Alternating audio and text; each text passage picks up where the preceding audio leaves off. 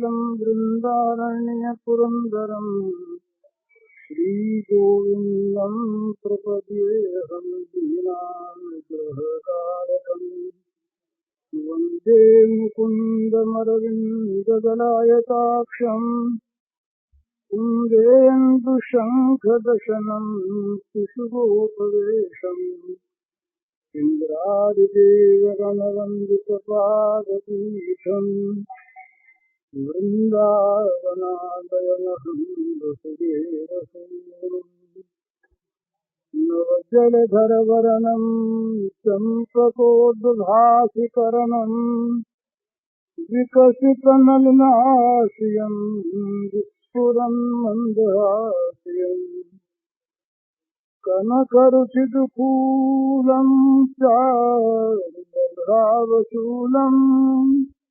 कमपि निखिलसारं नौमि गोपीकुमारम् वंशीविभूषितकरान्नवनीरदाभात् पीताम्बरादरुणबिम्बफलाधरोष्ठात् पूर्णेन्दुसुन्दरमुखादरवीरनेत्रात् कृष्णात् परं किमपि तत्त्वमहं न जाने।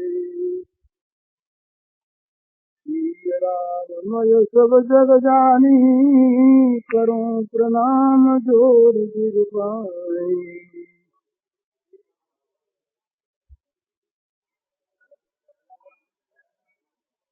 आप समस्त महानुभावों और माताओं के रूप में अभिव्यक्त भगवान के चरणों में नमस्कार।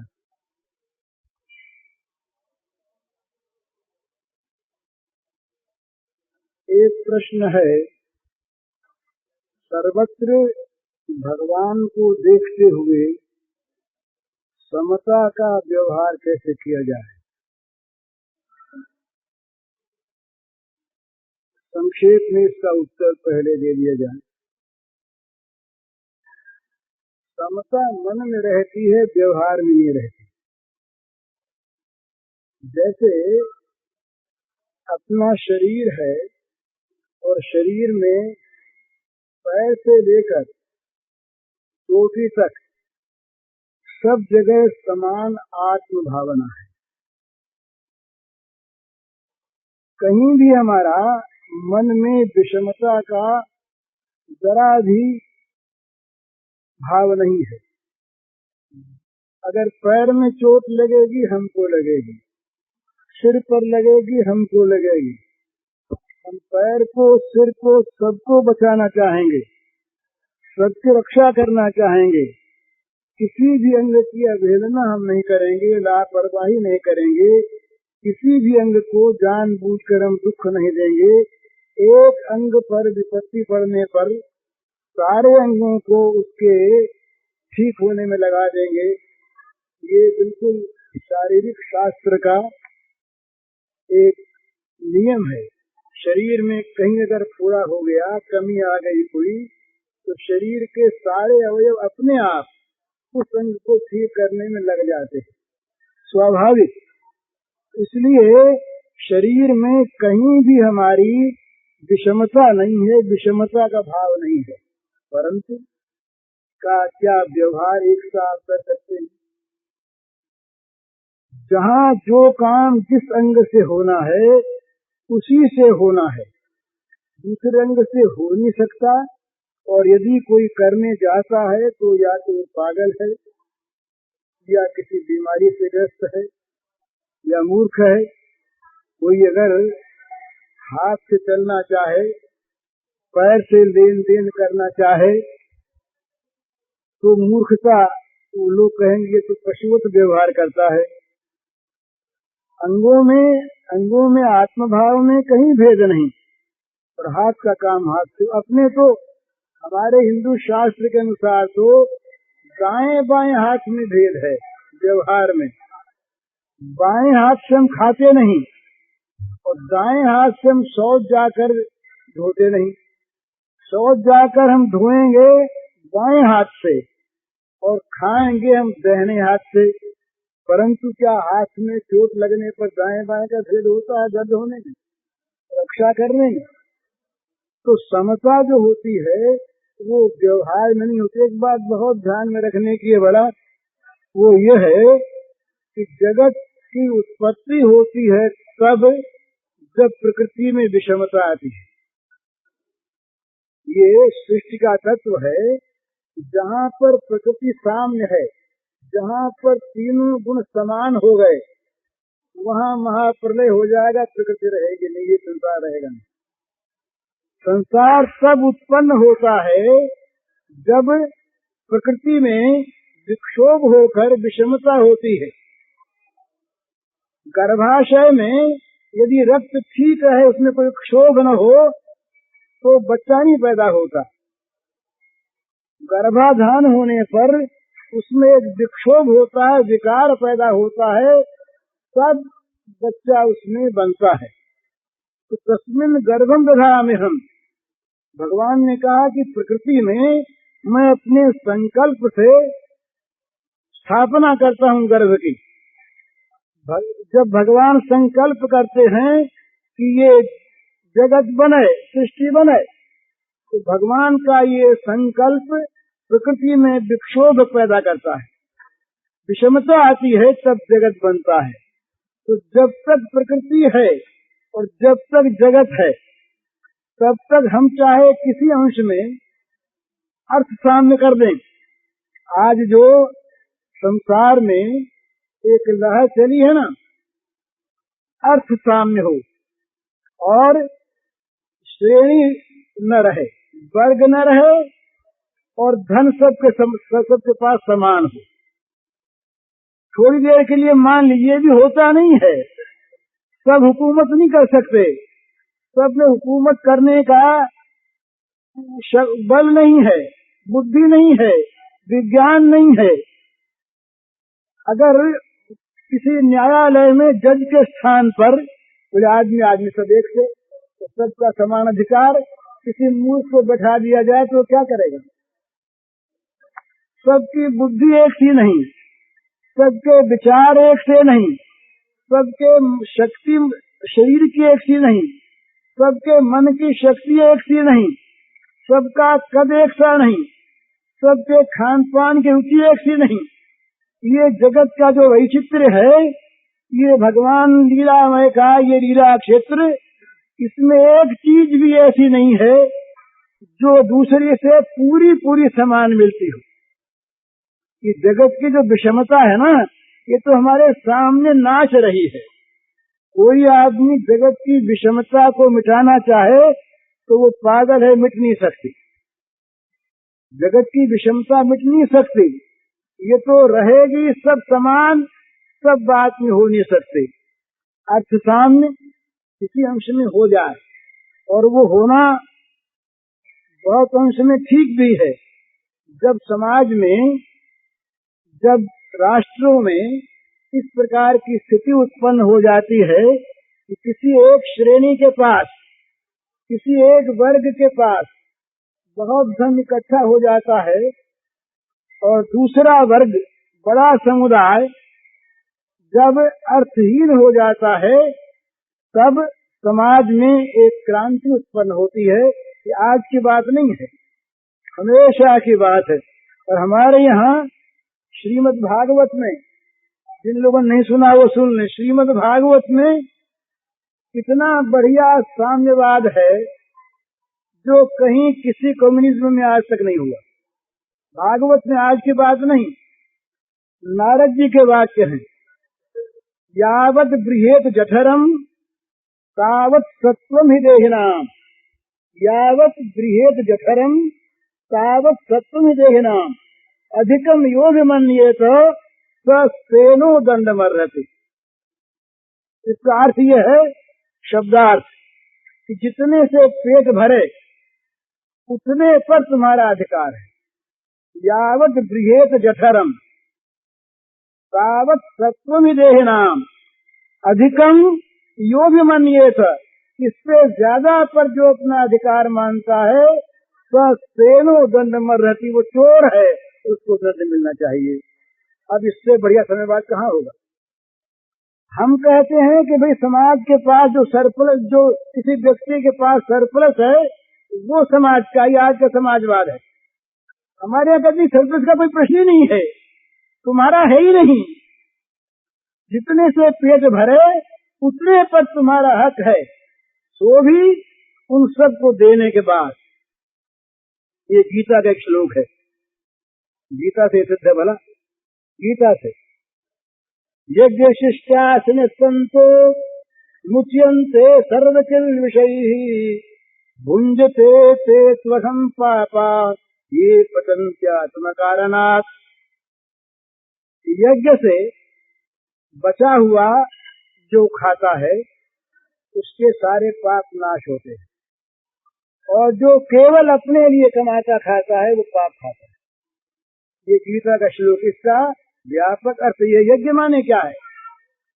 ये जो व्यापक विष्णु है, सारे जीव, इन जीवों को तृप्त करने की जो चेष्टा है उसका नाम यज्ञ है।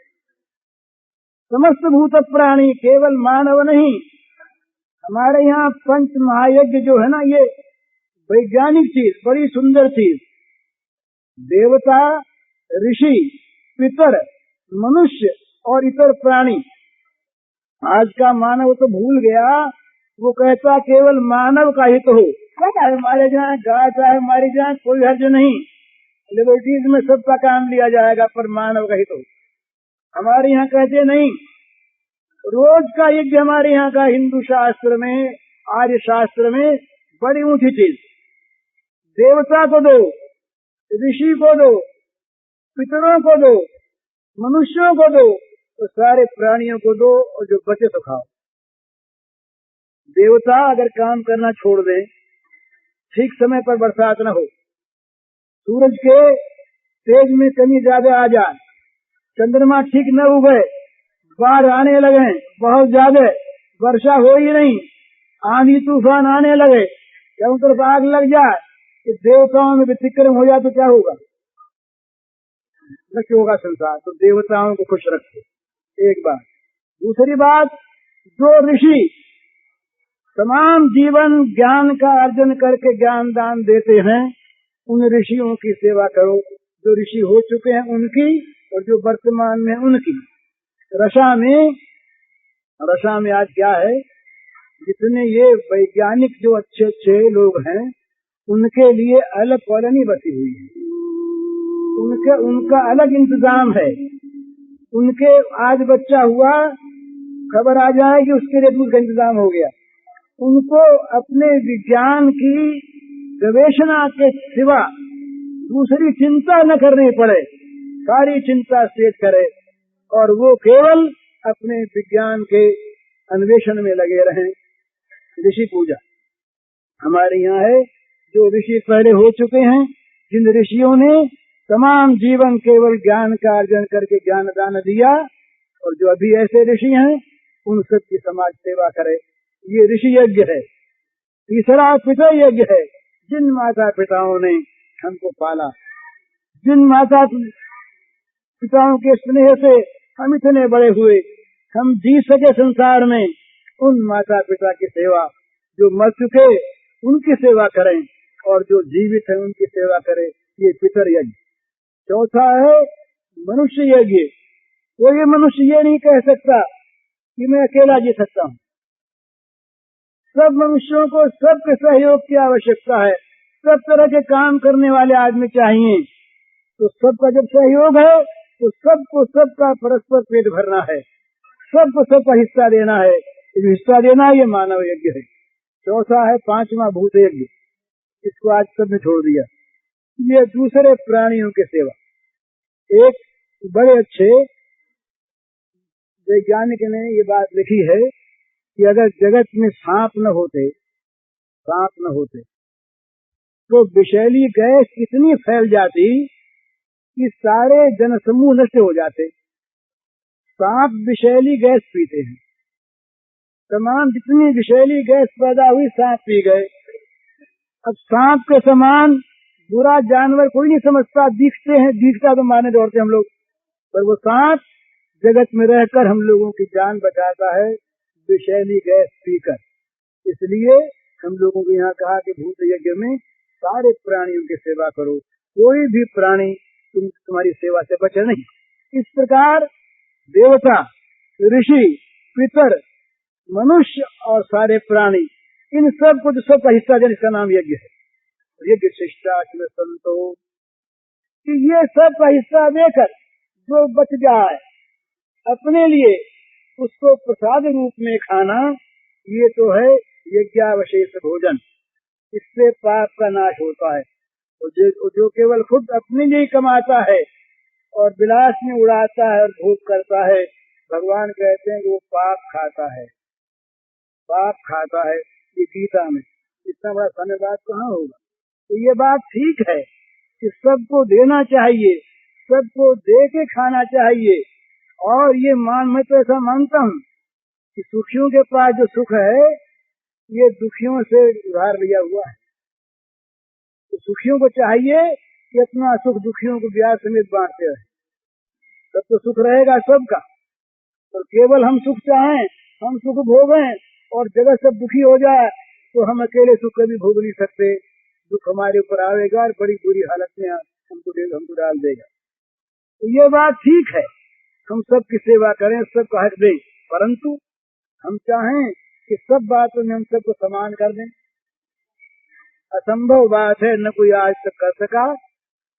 और ये करने जाकर होता क्या है, होता क्या है, रूस में क्या शांति है, जहाँ बिल्कुल साम्यवाद माना जाता फ्रांस, ट्रॉट्स्की की क्या दशा हुई, ट्रॉट्स्की जो वहाँ के जो नेता थे, क्या दशा हुई।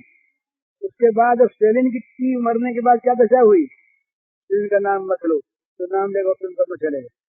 और अभी अभी गवर्नमेंट बदली वहाँ की, जो पहले वहाँ नेता थे वो सब निकाल दिए गए। तो क्यों, राजद्वेष है, समता कहाँ है।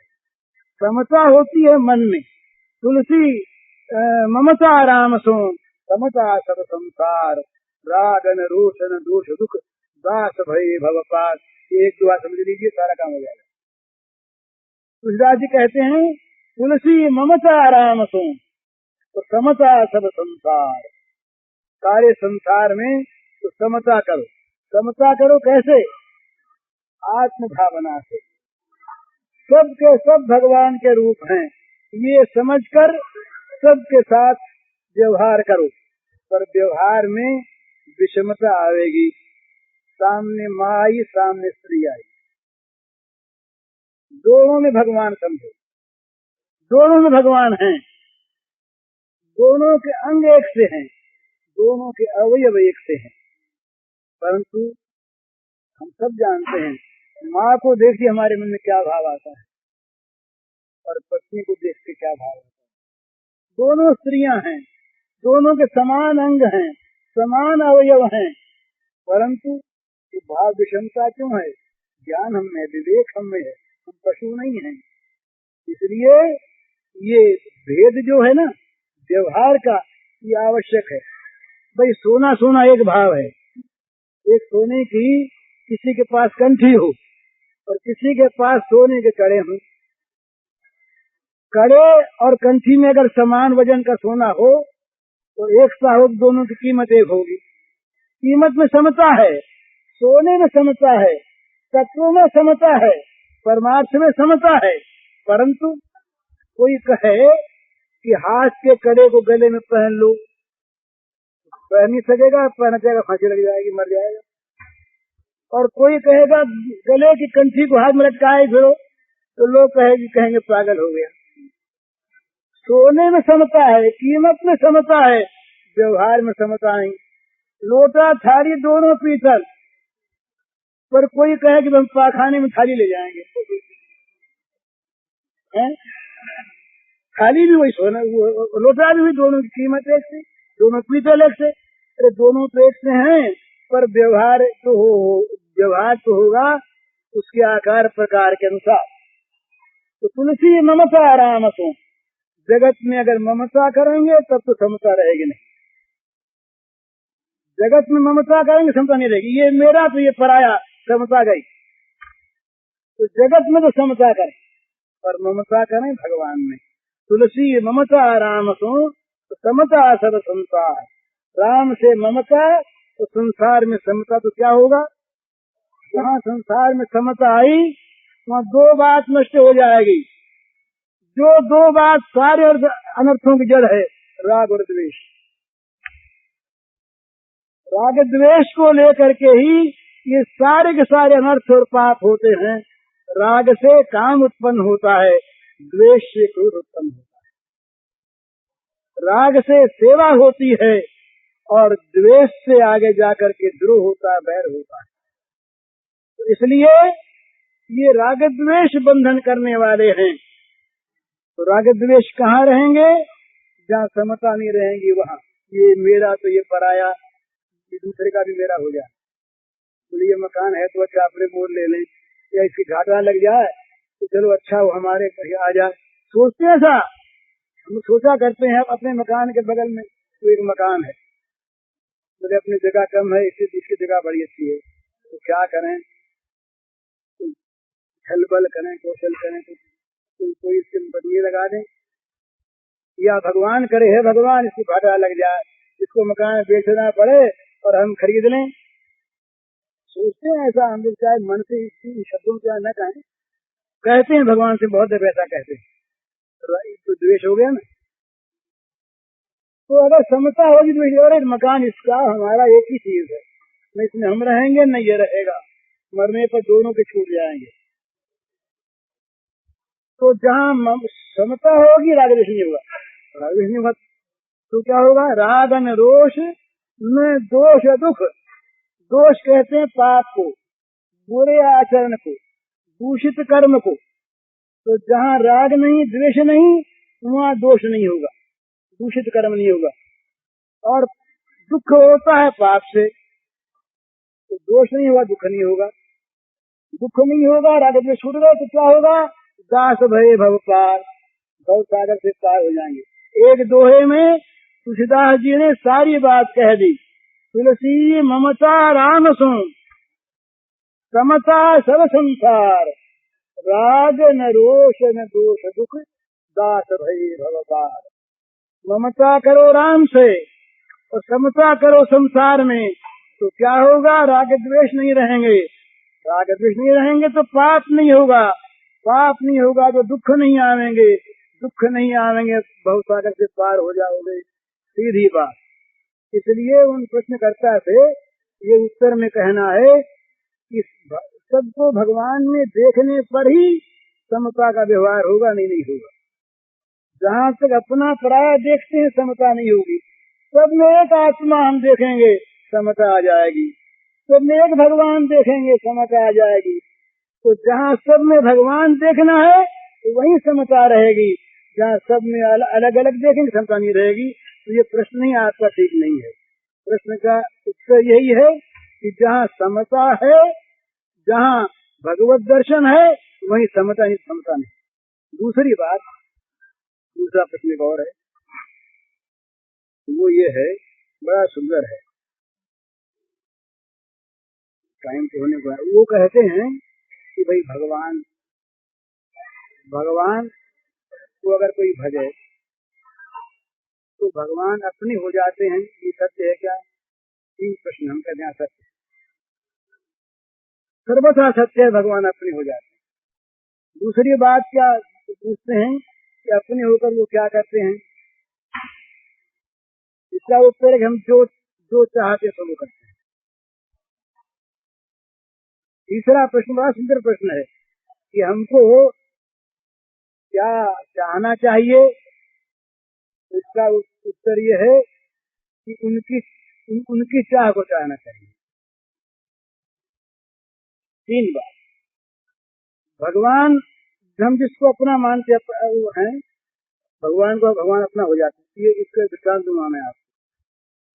काम्यक वन में पांडवों के पास मिलने के लिए श्री कृष्ण गए। वन जाने के बाद ये पहली मुलाकात है। श्री कृष्ण जा करके बड़े संकोच में पड़ गए, बड़े संकोच से विपत्ति में उनका सब कुछ हरा गया, जुए में सारा हार गए तो द्रौपदी जुए में लग दी गई। द्रौपदी की साड़ी उतरने का मौका आ गया तो भी श्री कृष्ण अब तक आए नहीं। श्री कृष्ण के मन में बड़ी झेप थी, वो गए। कहा तो महाराज जी क्या बात है, हम तो आपके शरण हैं। तो वहां भगवान कहते अर्जुन से कि अर्जुन देखो, तुम मेरे हो और मैं तुम्हारा हूँ। ये भगवान के शब्द है। अर्जुन तुम मेरे हो और मैं तुम्हारा हूँ। तुम्हारे बैरी मेरे बैरी हैं और तुम्हारे मित्र मेरे मित्र हैं। तुम्हारा भला मेरा भला है और तुम्हारी हानि मेरी हानि है। तुम निश्चिंत हो जाओ, सब काम मैं करूं। इसके बाद द्रौपदी सामने आई। द्रौपदी के आंखों में आंसू आ गए। द्रौपदी ने पहले तो भगवान की स्तुति की, भगवान के महत्व का वर्णन किया। बड़ा महत्व उनको उनकी भगवत्ता की पूरी उन्होंने द्रौपदी जी ने तस्वीर खींच ली संक्षेप में। उसके बाद कहा श्री कृष्ण मुझे तुम भी भूल गए हैं। मेरा 4 प्रकार से तुम पर हक है। एक तो तुम्हारा मेरा संबंध है, पारिवारिक संबंध है। दूसरे, मैं यज्ञ की वेदी से उत्पन्न हुई हूँ, पवित्र हूँ, इसलिए मुझे बचाना तुम्हारा काम। तीसरे, मैं तुम्हारी प्रेमिका हूँ, तुम्हारे साथ मेरा मित्रता का संबंध है। और चौथे, इस नाते मेरा तुम पर अधिकार है। ये प्रेमी कह सकता है, मेरा तुम पर अधिकार है, तुम मेरे अधिकार की वस्तु हो और तुम मुझे भूल गए। मेरी साड़ी उतर रही थी, भीष्म कुछ नहीं बोले, द्रोण कुछ नहीं बोले, और ये मेरे पति 5 पांडव टुकड़ टुकड़ देखते रहे, इन्होंने कुछ नहीं किया। साड़ी बढ़ी पर तुम तो नहीं आए। क्या तुम भी मुझे भूल गए श्री कृष्ण? क्या मैं तुम्हारी सखी नहीं रही? भगवान के आंखों से आंसू की धारा बहते। भगवान ने कहा द्रौपदी प्रतिज्ञा करके कहता हूँ, सूरज पूर्व से पश्चिम में उगने लगे, समुद्र अपनी मर्यादा छोड़ दे, सूरज ठंडा हो जाए, अमृत विष का काम करने लगे, पर मेरी बात झूठी नहीं होगी, झूठी नहीं होगी। तुम देखना, तुम्हारे इस वनवास की पूर्ति के बाद जिस प्रकार तुम आज रो रही हो, इससे अधिक रूप में कौरवों की स्त्रियां रोएंगी। सारे कौरव धराशायी हो जाएंगे, कोई नहीं बचेगा। ये भगवान की वाणी क्या है? जिसको भगवान को अगर हम अपना बनाते हैं तो भगवान हमारे इतने अपने हो जाते हैं कि वो सारी भगवत्ता भूल जाते हैं। राग द्वेष की बात नहीं कहते भगवान, पर वहाँ राग द्वेष की बात कह देते हैं। तो तुम्हारा बैरी मेरा बैरी, तुम्हारा मित्र मेरा मित्र। इस प्रकार अपने हो जाते हैं भगवान, अपने हो जाते हैं, और फिर हम जो चाहते हैं तो करते हैं। संक्षेप में मैं कहता हूँ, जो चाहते तो करते हैं, सारी उतर। संक्षेप के साथ सुनी हुई बात है, जरा ध्यान दीजिए। द्रौपदी रजस्वला है, इसने केवल एक साड़ी पहन रखी है और कोई कपड़ा नहीं। अंदर राजमहल में है, गांधारी मैया के पास, बहुओं के बीच में बैठी है, सब दौराने जठानियों के बीच में बैठी। इधर क्या होता है, धर्मराज जब सब कुछ हार चुके, तब शकुनी ने, बड़े कुटिल थे शकुनी ने कहा धर्मराज द्रौपदी अभी बाकी है, तुम उसे जुए में लग सकते हो। धर्मराज जोश में थे जुए के, बड़ी बुरी चीज जुआ, धर्मराज की पति को बिगाड़ दिया। द्रौपदी लग दी धर्मराज। वहां तो कपड़द्यू था ही, लगा और पासे अनुकूल पड़े शकुनी के, कहा जीत लिया द्रौपदी को। सारी सभा सहम गई। पांडवों के, भीम के मन में उस समय क्या आग उगल रही थी कुछ पता नहीं, लेकिन निरस्त सब के सब शोक छा गया, सन्नाटा छा गया सारी सभा में। कौरवों में कूदने लगे लोग, बड़ा बड़ा अच्छा हुआ, बड़ा अच्छा हुआ। एक भाई था युत्सु, उसने कहा द्रौपदी नहीं हारी गई, ये सब पाप हो रहा है। कर्ण ने उसको लेकर बैठा दिया। द्रौपदी ने पूछा, दादाजी, रोती है द्रौपदी, दादाजी क्या मैं हारी गई? पितामह क्या मुझे लगने का अधिकार था धर्मराज को? दादाजी मति मारी गई उनकी। उन्होंने कहा बेटी मुझे पता, युधिष्ठिर से पूछो। युधिष्ठिर तो सिर नीचा किए बैठे। दुर्योधन ने कहा लाओ द्रौपदी को हारी हुई दासी है, वेश्या है, वो लाओ लाओ लाओ, मेरी जांघ पर बैठा दो उसको। खुली सभा भीम के मन में आग लग गई। भीम ने मन ही मन प्रतिज्ञा की, इस जांघ को तोड़ूंगा मैं, तब मेरे प्राणों में प्राण आएंगे। प्रतिज्ञा कोई मुझे बचाने वाला नहीं। रो पड़ी द्रौपदी। बस द्रौपदी ने चाहा भगवान मुझे मेरी लाज बचाए। द्रौपदी की साड़ी बन गए, साड़ी बन गए। ये भगवान का वस्त्रावतार हुआ। वस्त्रावतार भगवान वस्त्र बन, जड़ साड़ी बन गए भगवान। 10,000 गज भय घटे, घटे न 10 गज चीर। दुशासन खींच रहा है और साड़ी अनंत हो गई। ढोल लग गया सभा में।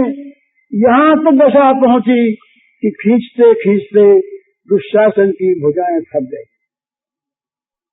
दुशासन की भुजा थकित भई, वसन रूप है शाम।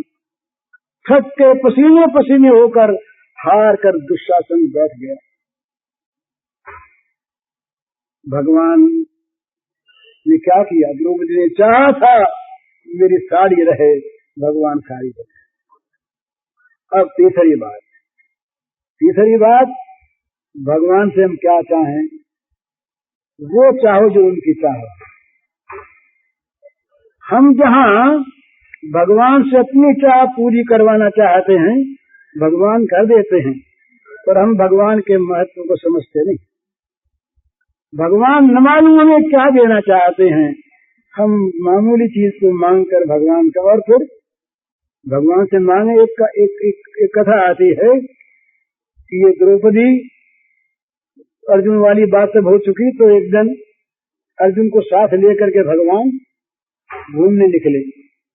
तो जाते जाते किसी घने जंगल में जा पहुंचे। कुछ आगे बढ़े तो वहां पर सुनसान मैदान आ गया।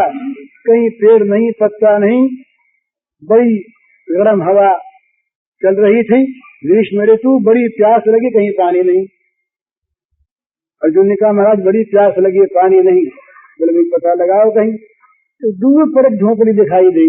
कहा तुम वहां जाओ। अर्जुन वहां गया, देखा एक बुढ़िया माई सन्यासी तपस्विनी बैठी है, घड़ा रखा है ठंडे पानी का। अर्जुन के प्राण आ गए। अर्जुन ने कहा मैया बड़ी प्यास लगी है, पानी पी लूं? बोले हाँ बेटा पी ले। पानी पी जब बैठा अर्जुन तो यूं अस्वस्थ हो गया। तो देखता है कुटिया में क्या देखता है कि खूंटी पर नंगी तलवार लटक रही है।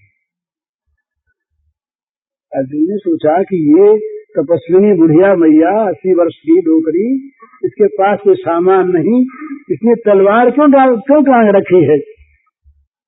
तो पूछा कि मैया मेरे समझ में नहीं आया कि तूने तलवार क्यों टांग रखी है, इससे क्या करना है? तो गुस्से में आ गई। बोले तू पूछना चाहता है? बोले क्या? बताओ मैया। तो बोले इसलिए टांग रखी है क्योंकि अर्जुन मिल जाए, द्रौपदी मिल जाए तो उनका सिर उतार लूं। अभी बड़ा गुस्सा चल रहा है। अर्जुन डरा मन में, कहीं मालूम हो गया बुढ़िया को ये अर्जुन है, और ये कहीं तलवार चला बैठी तो अपने तो इसके बदले में स्त्री को मारना नहीं है तो मरी जाएगी। अपने को छिपा करके बड़ी नम्रता से पूछा माँ अर्जुन ने और द्रौपदी ने तुम्हारा क्या कसूर किया? ऐसा कौन सा भला इतना बड़ा अपराध हो गया कि तुम जैसी तपस्वी ने उनको मारने को तैयार? तो बोले तुम जानते नहीं हो, द्रौपदी ने ये अपराध किया कि द्रौपदी ने मेरे स्वामी को, मेरे सरकार को, मेरे भगवान को द्रौपदी ने साड़ी बनाया, अपनी रसवला की साड़ी बनाई। फिर नंगी तो होती और क्या होता? संसार में सब नंगे पैदा होते हैं, नंगे मरते हैं, नंगी न हो जाती, पर इतनी वो स्वार्थ परायणा कि मेरे सरकार को रसवला की उसने साड़ी बना दी है। इतना बड़ा अपराध किया उसने, मिले तो मार डालूंगा भी। अर्जुन के समझ में आई थी बात तो ठीक कहती है, भगवान से ये काम लिया। बोले माता अर्जुन ने सर, बोले अर्जुन तो उससे बड़ा अपराधी, सरकार से घोड़े हंकवाए, जिनकी पूजा करनी चाहिए, जिनको अर्घ्य देना चाहिए, जिनके चरणों में बैठ करके चरणों की सेवा करनी चाहिए, उसे शर्म नहीं आई, मर नहीं गया। वो रथ पर बैठ करके मालिक बन गया, कहा मेरे घोड़े हाथों लगाम हाथ में सौंप दी। अर्जुन ने समझा भाई बात तो ठीक कहती है। ये दौड़ आया भगवान के पास, बोले महाराज ये बुढ़िया माई बैठी है, को तलवार दी है, ऐसा कहती है। तो बोले भाई तुम ही सोचो, हम तो तुम्हारे हैं ही, तो तुम ही सोचो बात क्या ठीक है। तो भगवान से कुछ न चाहे, भगवान से एक बात चाहे, बड़ी सुंदर बात। भगवान को आत्मसमर्पण करके भगवान से ये कह दे कि बस तुम्हारी इच्छा पूरी। इसमें लाभ तो है ही, पर लाभ की दृष्टि से करना जरा छोटी चीज है। भगवान की इच्छा पूर्ण हो। एक रहा जाट रहा, तो जाट रहता था बादशाह के पास, तो बीरबल से कुछ हो गया अपराध, बादशाह ने सोचा कि बीरबल को दंड देना है। तो दंड क्या देना है? जुर्माना करवाना है। तो बीरबल को लग गया इस बात का पता, बड़ा बुद्धिमान था। बीरबल ने सोचा कि राजा के पास इंसाफ जाएगा तो 5-7-10 लाख रुपए की बात कहेगा, वो किसी ऐसे आदमी के पास इंसाफ भेजा जाए हमारा कम में काम हो जाए। तो उसने किसी से कहलवाया बादशाह को कि आप अपमानित करना चाहते हैं? बोले हाँ। बोले हम जाट है, तो जाट इसका न्याय करवाइए। हाँ बोले ठीक है। तो जाट से कहा, बादशाह ने बुला करके देखो भाई बीरबल का तुमको इंसाफ करना है, जुर्माना करना तो कसूर साबित हो जाए तो, और तुम नहीं देना। बोले ठीक। वो साबित था ही। जाट ने सोचा कि क्या जुर्माना करें, 3 बीसी करेंगे, 5 बीसी करें, उसको गनते नहीं आती 5 बीसी ज्यादा, तो सोचा कि 1 बीसी तो कम हो जाएगी, और 5 बीसी बहुत ज्यादा हो जाए, कहां से देगा बेचारा, तो 3 बीसी कर देंगे।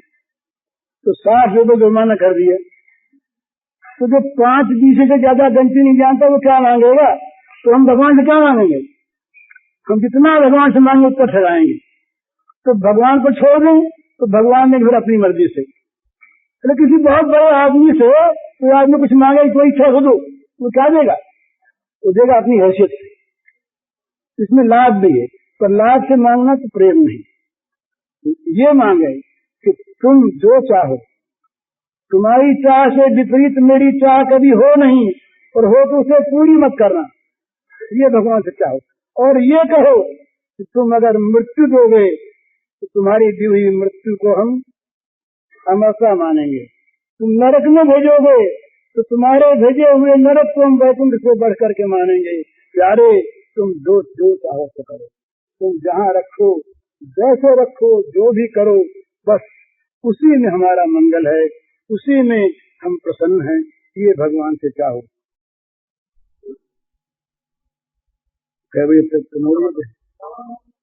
अभी घड़ी अच्छा, तो भगवान से क्या चाहना है, ये बात थोड़ी सी और कह ली। भगवान से चाहना है भगवान की प्रीति, भगवान से चाहना है भगवान की प्रसन्नता, भगवान से चाहना है भगवान का सुख, भगवान से चाहना है भगवान की रुचि, उनकी रुचि, उनकी प्रसन्नता, उनकी प्रीति, उनका सुख हमें जहाँ जैसे जिस अवस्था में रखे वो हमारे लिए परम सुख, परम सौभाग्य, वो परम पुण्य, परम लाभ, उससे बड़ा कोई लाभ नहीं, कोई सौभाग्य नहीं। हम जहाँ जहाँ पर अपने किसी क्षुद्र स्वार्थ को लेकर भगवान को बीच में लाते हैं, भगवान आ जाते हैं। भगवान के लिए कोई छोटा बड़ा काम नहीं, परंतु हम अपने को भगवान के प्रेम से वंचित रख लेते हैं। प्रेम हमें नहीं मिलता, भगवान चीज मिल जाती है, भगवान की दया मिल जाती है, भगवान की कृपा मिल जाती है, आश्रय भी मिल जाता है, पर प्रेम नहीं मिलता। और जब तक प्रेम नहीं मिलता तब तक सच पूछिए कुछ नहीं मिलता। भगवान से तो चाहने की चीज यदि कोई है एक ही है, भगवत प्रेम। ये मोक्ष भी भगवान चाहे कि नहीं है, मोक्ष तो मोक्ष के योग्य आदमी बन जाए तो अपने आप हो जाती है। भगवान से मोक्ष चाहना भगवान को न मानना है। बहुत कड़ी बात कह गया है। कैसे न मानना है? भगवान जहाँ पर है ना, वहाँ भगवान जो है ये सगुण है, सविशेष है। सविशेष सगुण भगवान जो हैं, ये इनकी सेवा करनी चाहिए। और अगर हम उनसे मुक्ति चाहते हैं तो क्या चाहते? सेवा से मुक्ति चाहते हैं। जो भक्त है, प्रेमी है, वो संसार से तो मुक्त हो ही गया, उसको संसार का बंधन नहीं है। संसार का बंधन यदि है तो भगवत प्रेमी नहीं, वो तो चाहता संसार के पदार्थों को, तो प्रेमी नहीं। प्रेमी यदि है तो वो भगवान की सेवा चाहता है, सेवा से मुक्ति नहीं चाहता। जो सेवा से मुक्ति चाहे वो सेवक कैसा? हे भगवान हम पर कृपा करो और ऐसा कर दो कि तुम्हारी सेवा करने से हम छूट जाएं। अच्छा नौकर ऐसी बात नहीं है, वो कहता मालिक हम तो सदा तुम्हारी सेवा में रहे, ऐसे हमको ऐसा बनाया रखो। अच्छा नौकर नहीं कहता ये बात कि बहुत दिन सेवा करके हो गए हमको, अब हमें सेवा से मुक्त कर दो। जिसको सेवा प्रिय है तो कभी ऐसा नहीं करता। छोटे बच्चे को कभी माँ नहीं कहती कि हम तुम्हारी सेवा नहीं करेंगे। कभी भी कोई पत्नी भी अपने पति को नहीं कहती कि हम तुम्हारी सेवा से मुक्त होना चाहती हैं। शरीर नहीं चलता दूसरी बात, जब तक शक्ति है, जब तक सामर्थ्य है, तब तक पतिव्रता चाहेगी कि मैं किसी प्रकार से भी पति की सेवा करती रहूं। इसी प्रकार भक्त जो है वो भगवान से यही चाहता है कि मेरे द्वारा तुम्हारी सेवा बनती रहे। तो सेवा का अर्थ है अनुकूल आचरण, एक शब्द है। सेवा का अर्थ है अनुकूल आचरण। हमारे शेर जी एक दृष्टांत दिया करते हैं, देर हो जाएगी सीढ़ी का काम उसको है, बड़ा सुंदर एक दृष्टांत है। वो कहा करते हैं कि एक स्त्री थी और उसकी पड़ोस में एक स्त्री और रहती थी। एक दिन गई वो अपने पड़ोसन के घर, तो उस समय वो पड़ोसन ऊखल में धान या कुछ बाजरा कूट रही थी। उसके पति ने बाहर से आवाज दी, किवाड़ खोलो, खटखटाया। तो किवाड़ खोलने को दौड़ी तो मूसल जो था जो का तो रह गया ऊपर। इसने देखा कि तो बड़ा चमत्कार जादू है, तो वो उस समय लौट आई, फिर गई। फिर जा करके पूछा कि भाई बहन तू बता कि मूसल ऊपर क्यों रहेगा जो का क्यों? तो कहा मैं पति की सेवा करती हूँ, इस सेवा का पति सेवा का फल है। तो तू बता कैसे सेवा करती है? तो ऐसे करती हूँ, सुबह 4 बजे उठती हूँ उनके उठने से पहले, फिर उनको उठाती हूँ, वो शौच जाते हैं तब मैं पीछे से जल तैयार करती हूँ। वो बड़े अच्छे छने जल से नहाते हैं, तो फिर मैं उनको नहलाती हूँ। नहलाने के बाद उनकी पूजा वूजा का सामान रखती हूँ, तो पूजा करते हैं तब उनके लिए मैं कुछ दारू बना के रखती हूँ, कुछ खा लेते हैं, तब फिर वो बाहर जाते हैं बाजार में घूम घाम करके आते हैं, तब मैं पीछे से धान कूटती हूँ। जब वो आते हैं तब किवाड़ खोलती, उस दिन वो आए थे, तो ये अच्छा सेवा मैं भी करूंगा। लौट गया वो अपने घर। अब उसके पति को थी दमे की बीमारी, रात भर नींद आवे नहीं, सुबह कहीं आंख लगे और खांसी रात भर आवे, सर्दी लगी रहे, तो 4 बजे उठी, कुछ देर हुई, बोले वो तुम उठो। उसने कहा मुझको भी नींद आ रही है, रात में नींद आ रही है। बोले नहीं उठो, मुझे सेवा जो करनी है, मुझे सेवा करनी है, सेवा करनी, उठो अभी। बेचारा उठा, बोले वो रात भर की नींद नहीं आई, क्यों कैसे उठ गई? उठो, सेवा करनी है। अच्छा भाई उठो। उठा तो ऐसे जा सोच जाओ। तो अभी मेरे सोच की हाजत नहीं है, मैं जाता हूँ 8-9 बजे सोच को, तो नहीं जाना पड़ेगा, मुझे सेवा करनी है, सेवा करनी मुझको। गया बेचारा, किसी बाल्टी भर के रख ली ठंडे पानी की, हाथ धुलाया, बोले नहाओ।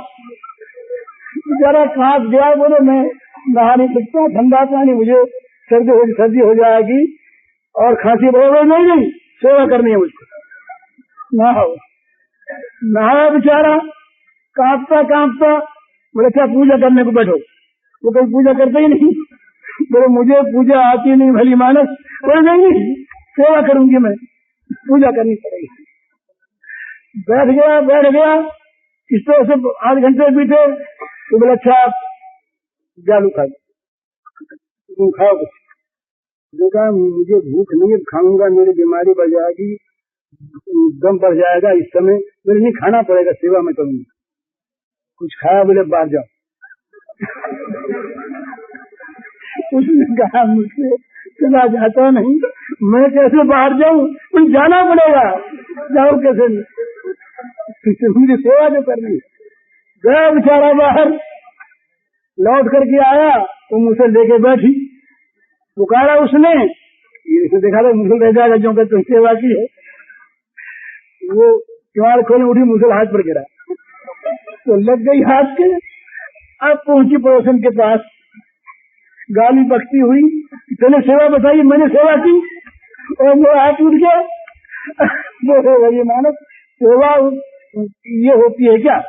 तुम्हारे पति जिस बात में प्रसन्न हो, जिस बात में उनका हित होता हो, उनको सुख पहुंचता, वो सेवा है कि नीचे की नकल सेवा है? तो सेवा का अर्थ क्या है? सेवा का अर्थ है अनुकूल आचरण। भगवान जो चाहें वही हम करें, इसका नाम सेवा। और हम जो चाहें सो भगवान से कराएं, ये क्या चीज है? ये सेवा नहीं, ये तो सेवा का तिरस्कार है।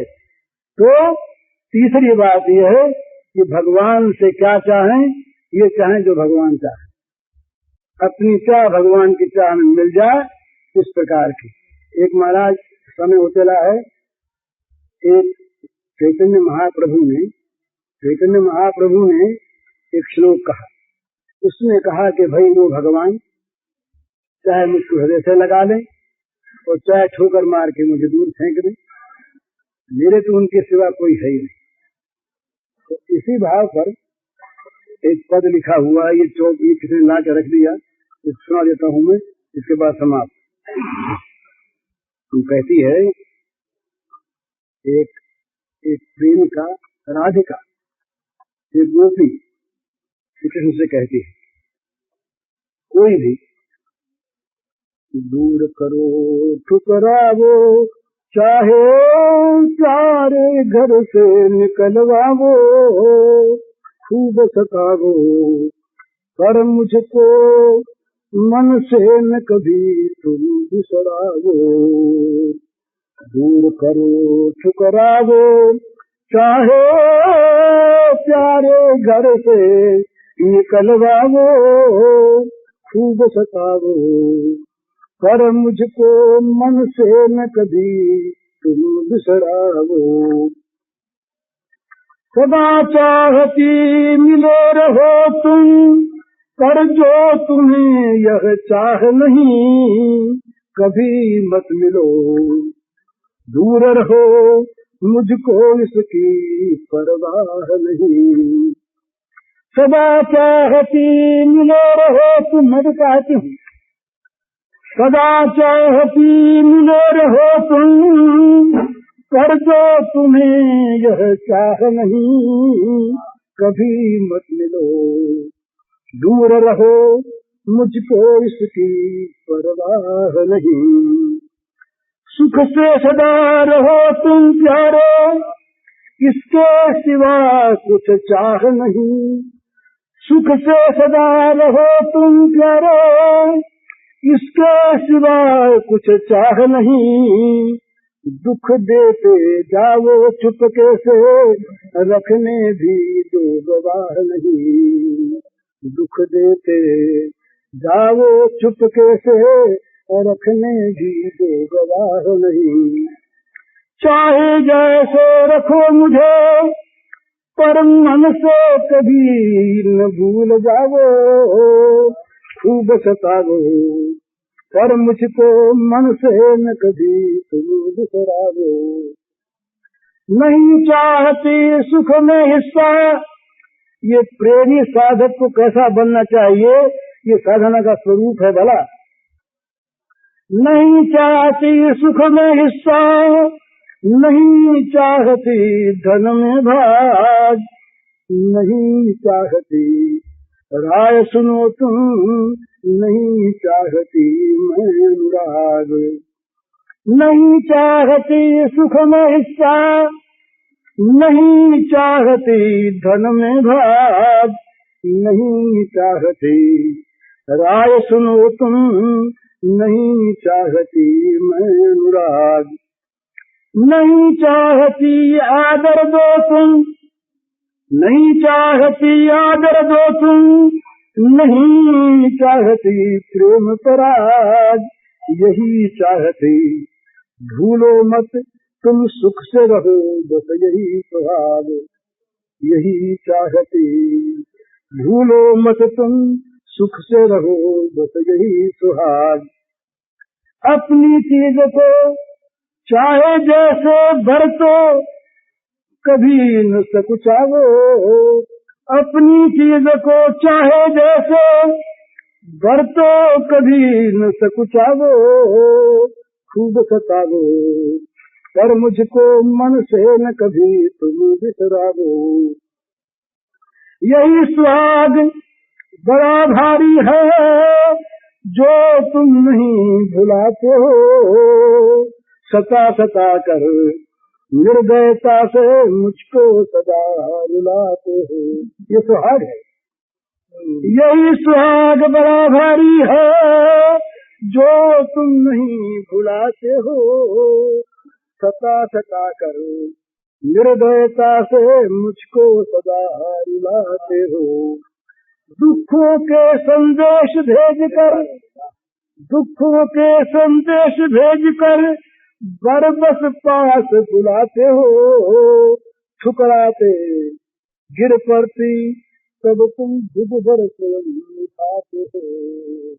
ठुकराते गिर पड़ती तब तुम खुद भर स्वयं उठाते हो। बस इसी तरह मेरी सुख साधों को दुखों में संदेश भेज के बुलाया, पास गई, ठोकर मार दी, गिर पड़ी। पर उस समय तुमने एक प्रेम दिखाया, मुझे अपने हाथों से उठाया, मेरे सुख के साथ पूरी हो गई। इसी तरह मेरी सुख साधों को पूरी करते जाओ। खूब सताओ पर न मुझे मन से न कभी तुम बिसराओ। रुचि तुम्हारी मेरी रुचि हो, सिद्धांत है। रुचि तुम्हारी मेरी रुचि हो, चाह तुम्हारी मेरी चाह। रुचि तुम्हारी मेरी रुचि हो, चाह तुम्हारी मेरी चाह। हो चाहे प्रतिकूल सर्वथा, किसकी मुझे कुछ परवाह हो। जो मैं नहीं चाहती वो अगर तुम्हारी चाह हो तो मेरी वही चाह है। जो रुचि मेरी नहीं वो अगर तुम्हारी रुचि हो तो वही मेरी रुचि है।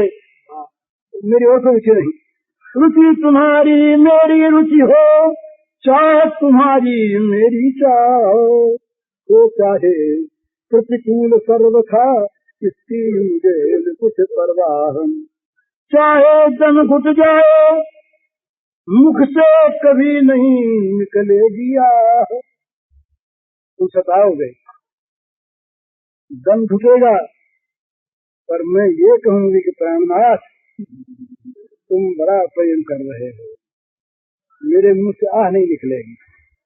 चाहे दम घुट जाए मुख से कभी नहीं निकलेगी आह, तुम ही प्राण प्राण हो मेरे, तुम ही सब चाहूं की चाह, तुम ही प्राण प्राण हो मेरे, तुम ही सब चाहूं की चाह।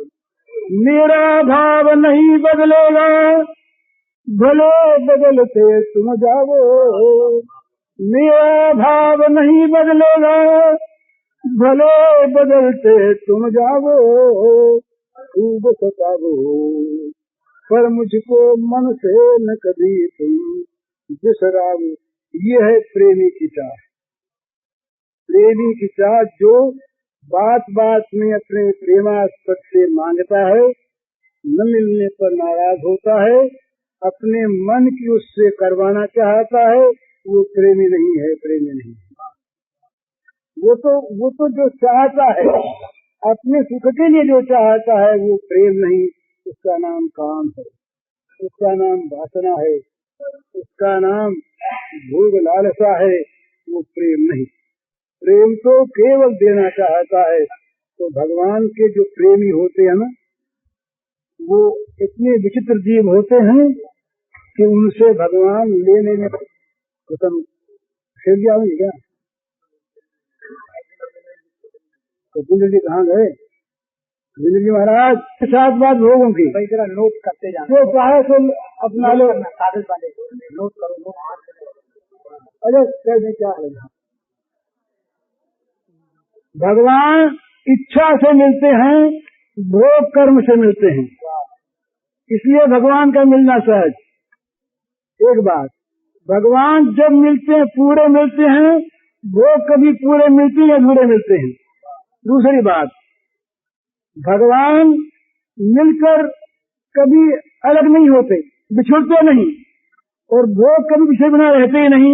ये तीसरी बात, भगवान को प्राप्त करने की इच्छा करती पाप नष्ट होने लगते हैं, और भोगों को पाने की इच्छा करती पाप होने लगते हैं। तो चौथी बात, भगवान को प्राप्त करने की साधना में शांति मिलती है, और भोगों की प्राप्त करने की साधना में अशांति आ जाती है। पांचवी बात, भगवान को मन में रखकर मरने वाला शांति पूर्वक सुख से मरता है, और भोगों में मन रख के मरने वाला बड़े दुख से मरता है। भगवान में मन लगा के जो मरा वो भगवान को पाता है, तो संसार के भोगों में मन लगा के जो मरा वो नरकों में जाता है। हरिओम दत्त। पूज्य श्री भाई जी के इस प्रवचन का शीर्षक है सर्वत्र भगवत दृष्टि, और इसका कैसेट संख्या है 135।